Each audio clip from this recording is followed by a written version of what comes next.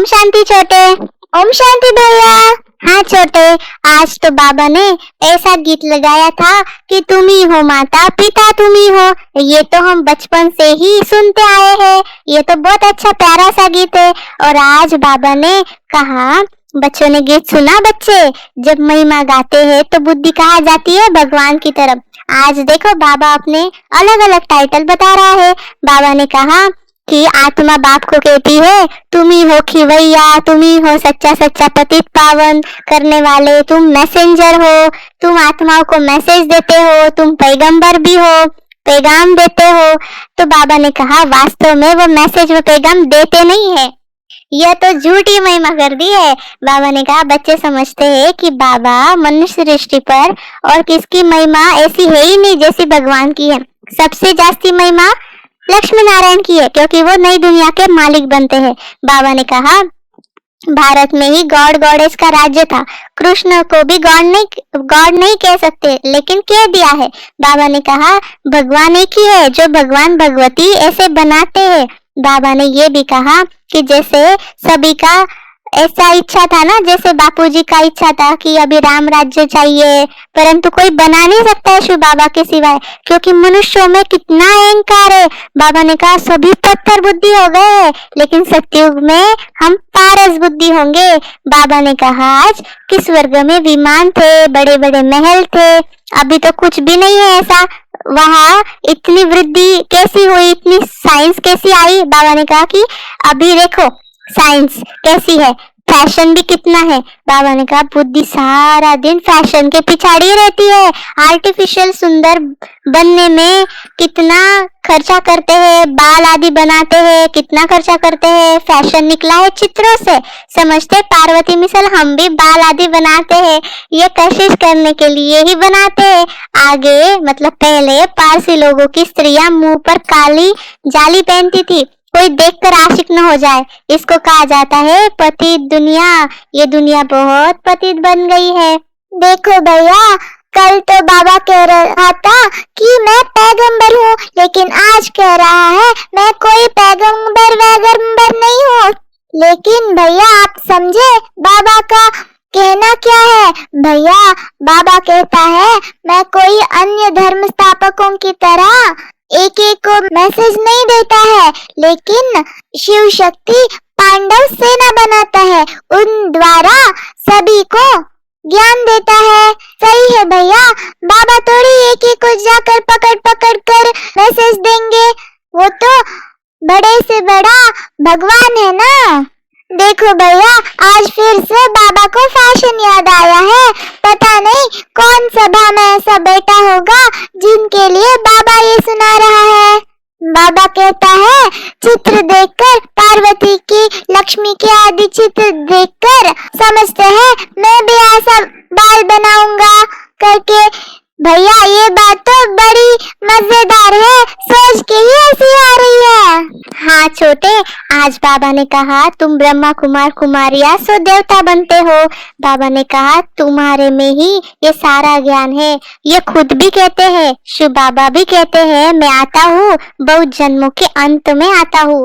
बाबा ने कहा देखो स्टूडेंट में सभी नंबरवार है, सभी की बुद्धि नंबरवार है। राइट से लेकर शुरू करते हैं, first class, second class, third class. बच्चियां खुद भी कहती हमारी बुद्धि थर्ड क्लास है बाबा, हम किसको समझा नहीं सकती। दिल तो बहुत होता है परंतु बोल नहीं सकते। बाबा क्या करे? यह हुआ अपने कर्मों का हिसाब, क्योंकि बाबा ने कहा मैं तो तुम बच्चों को सिर्फ कर्म करना सिखाता हूँ, यह तो तुम बच्चे जानते हो। बाबा ने कहा थर्ड क्लास बुद्धि वाले इन बातों को समझ नहीं सकते हैं और गिरते ही रहते हैं, रावण उन्हें गिराता रहता है। बाबा ने कहा तुम सभी वानप्रस्थियों की यह सभा है, सब कुछ मिलकर दादी बच्चों को देकर गुरु के पास आकर बैठ जाते हैं ना, तो खान पान आदि तो जरूर बच्चे ही देंगे उनको। बाबा ने वानप्रस्थियों को भी याद किया है छोटे आज। बाबा ने कहा किसी की बुद्धि में यह नहीं आता कि हमको निर्वाण धाम जाना है, घर जाना है, वो कोई घर नहीं समझते हैं परम धाम को। बाबा कहते हैं लोग तो समझते हैं ज्योति ज्योत में समा जाता है, लेकिन अरे निर्वाण धाम तो रहने का स्थान है ना। तो बाबा ने कहा पहले 60 वर्ष के बाद वानप्रस्थी बन जाते थे, ऐसा कायदा था, और अब बाबा कह रहे कि तुम समझा सकते हो कि वाणी से परे तो कोई जा नहीं सकता है वैसे, लेकिन निर्वाण धाम जहाँ आत्माएं रहती है ना, इसीलिए उसे मुक्ति धाम भी कहते हैं। बाबा ने कहा तुम बच्चों को पता है कि अभी कैसी वृद्धि होनी है और राम राज्य कैसे होगा, बच्चे आदि कैसे जन्म लेंगे, दुनिया तो नहीं समझ सकती। बाबा ने कहा यह सब ज्ञान तुम बच्चों की बुद्धि में है। अरे बाप रे भैया देखो, बाबा जो दूसरों को समझा नहीं सकते उनकी बुद्धि थर्ड क्लास कह रहे हैं।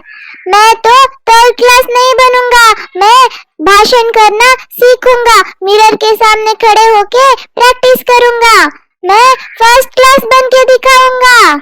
हाँ छोटे, आज बाबा ने कहा कि सारी दुनिया पाप आत्मा बन गई है, अभी इस युग को क्या कहा जाए। देखो बाबा ने कहा कि इसलिए इसको धर्माऊ युग कहा जाता है।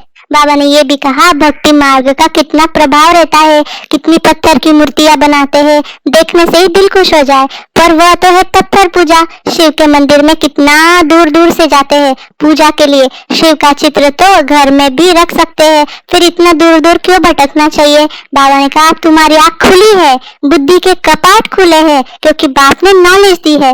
बाबा ने कहा आत्माएं प्रेसिडेंट आदि बनती है ना दुनिया में भी। बाबा ने ये भी कहा कि शरीर बिगर आत्माएं कैसे बोले कैसे सुने। बाप कहते मैं निराकार हूँ, मैं भी शरीर का आधार लेता हूँ, इसीलिए ब्रह्मा तन का आधार लेता हूँ। यह बातें ब्रह्मा कुमार कुमारियां ही समझती है और समझाती भी है, इसमें मूंझने की कोई बात ही नहीं है। बाबा ने बताया कि कितनी दुनिया में कथाएं है कि सीता को रावण ले गया, ये हुआ, रावण की एफिजी जलाते, रावण पाप आत्मा था, ये था, कितनी बातें हैं। बाबा ने एक ही बात कही है, तुम समझते हो ना कि बाबा कितना मीठा है, स्वर्ग का मालिक बना रहा है, तो ऐसे बाप को बहुत प्यार से याद करना है छोटे। जब बैठकर सुनते हैं लोग कथाएं तो रोते हैं, लेकिन तुम्हें रोना नहीं है। हाँ भैया, आज बाबा ने वरदान में कहा कि घबराने की डांस छोड़ सदा खुशी की डांस करने वाले मास्टर नॉलेजफुल बाबा। और बाबा ने स्लोगन में कहा कि जिनका संकल्प और कर्म महान है वही मास्टर सर्वशक्तिवान है। अच्छा, आप सभी को इस छोटे बड़े की कॉन्वर्सेशन अच्छी लगी हो तो लाइक, सब्सक्राइब और शेयर करना मत भूलिएगा। ओम शांति। Thank you.